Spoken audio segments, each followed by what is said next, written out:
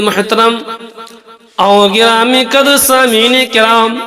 اس وقت میرا موضوع سخن ہمارا معاشرہ کا وہ ناصور ہے جس نے زندگی کی بنیادی کو ہلا کر رکھ دیا ہے، سینکڑوں ہزاروں گھروں کو تباہ و برباد کر دیا ہے اور کتنے ہی جذبات کو مسل کر رکھ دیا ہے۔ یہ وہ بیماری ہے جسے آپ جہیز کے نام سے یاد کرتے ہیں۔ میں نے خطبہ کے بعد ایک حدیث شریف پڑھی ہے، اس میں حضور صلی اللہ علیہ وسلم کا پاک ارشاد ہے کہ جو شخص عزت حاصل کرنے کے لیے شادی کرے گا تو رب ذوالجلال اسی شخص کو ذلت کے سوا کچھ نہ دیں گے،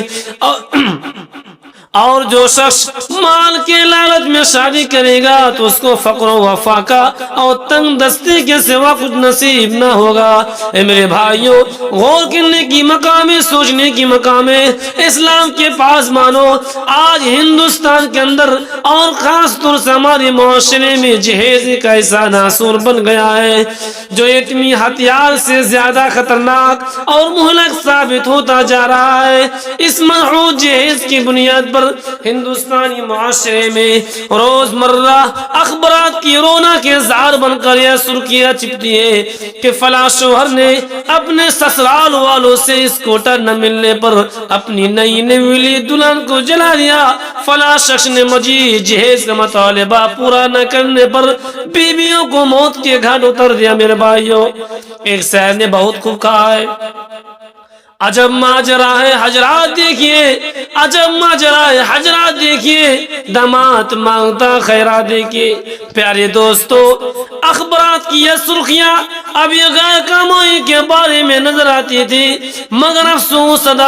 رفتہ رفتہ ہمارا اسلامی معاشرے کے اندر یہ بھی وبا پھیل چکی ہے۔ آج اخبارات کے اندر جہیز کے لیے فینٹ چڑھنے والی کہے، فاطمہ کہے، راضیہ کہے، شبنم و فرزانہ اسلامی شریعت کے ناموں لیوں سے یا کہہ رہی ہے کاش ہماری اسلامی شریعت کتابوں اور وعدوں کے بجائے عمل میں آ جاتی۔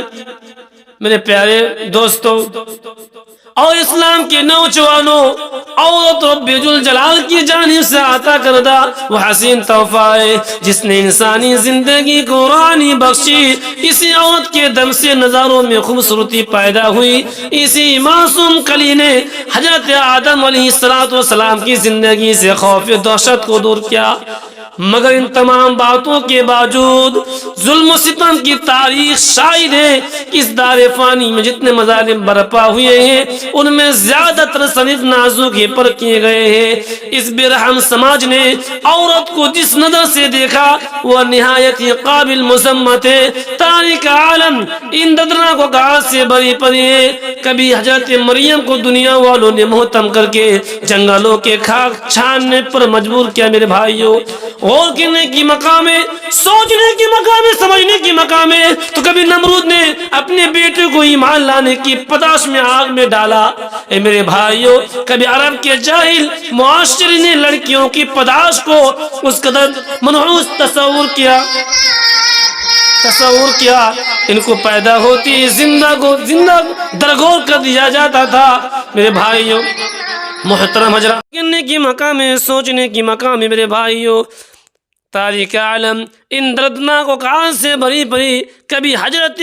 مریم کو دنیا والوں نے محتم کر کے جنگلوں کے خاک چھاننے پر مجبور کیا، تو کبھی نمرود نے اپنی بیٹی کو ایمان لانے کی پداش میں آگ میں ڈالا، تو کبھی عرب کے جاہل معاشرے نے لڑکیوں کی پیدائش کو اس قدر منحوس تصور کیا ان کو پیدا ہوتی زندہ درگور کر دیا جاتا تھا۔ میرے بھائیوں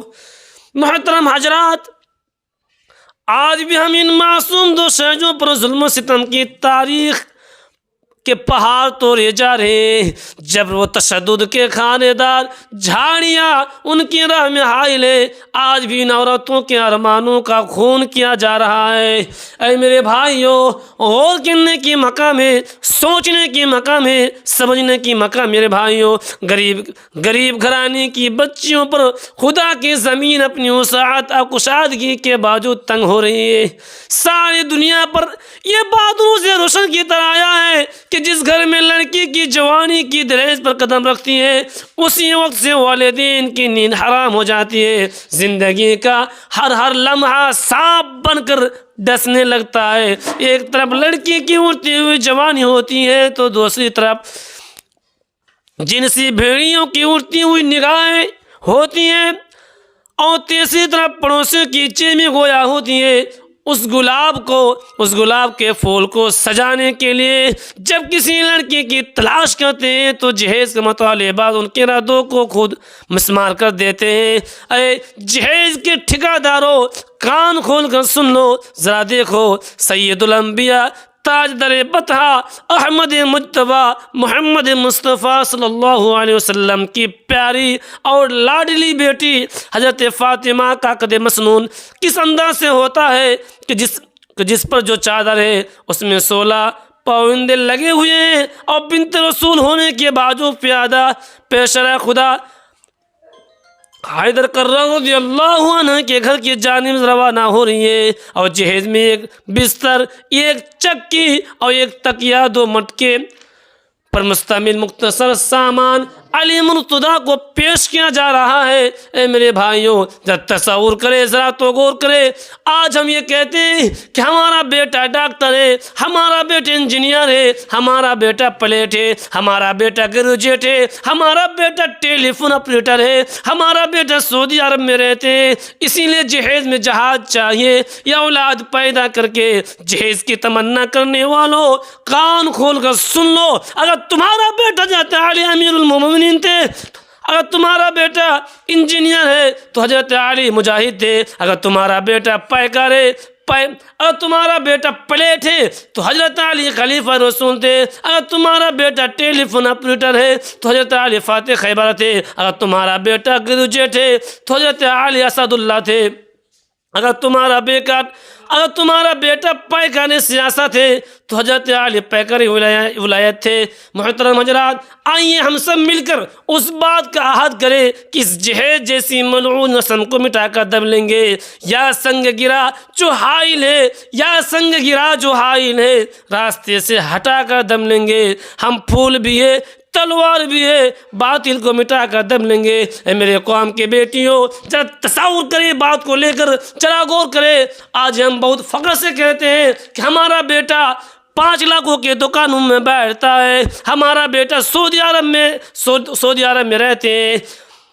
30,000 مہینہ کما رہا ہے، اسی لیے شادی کے بجائے 2-3 لاکھ ڈیمانڈ کرتے ہو۔ ڈیمانڈ کرنے والوں، کل قیامت کے دن اللہ تبارک و تعالیٰ نے آپ کو سوال کریں گے کہ تم نے شادی کے موقع پر تم نے 2 لاکھ 3 لاکھ کی ڈیمانڈ کی رکھا۔ اے میرے بھائیوں، یہ 2 لاکھ 3 لاکھ کی ڈیمانڈ کرنے کے بعد بھی بہت ایسی غریب لڑکی کی شادی نہیں ہو رہی ہے، کل قیامت کے دن اللہ تبارک و تعالیٰ کے سامنے کیا جواب دو گے؟ اے میرے بھائیوں، ذرا تصور کرے، ذرا تو غور کرے۔ آج ہم یہ کہتے ہیں کہ ہمارا بیٹا سعودی عرب میں رہتے ہیں، 30,000 روپے مہینہ کما رہا ہے، اور یہ 2 لاکھ 3 لاکھ ڈیمانڈ کرنے کے باوجود بھی بہت غریب لڑکی کی شادی نہیں ہو رہی ہے، کیونکہ اللہ رب العالمین نے کل قیامت کے دن سوال کریں گے، تم نے کیا جواب دو گے؟ میرے بھائیوں،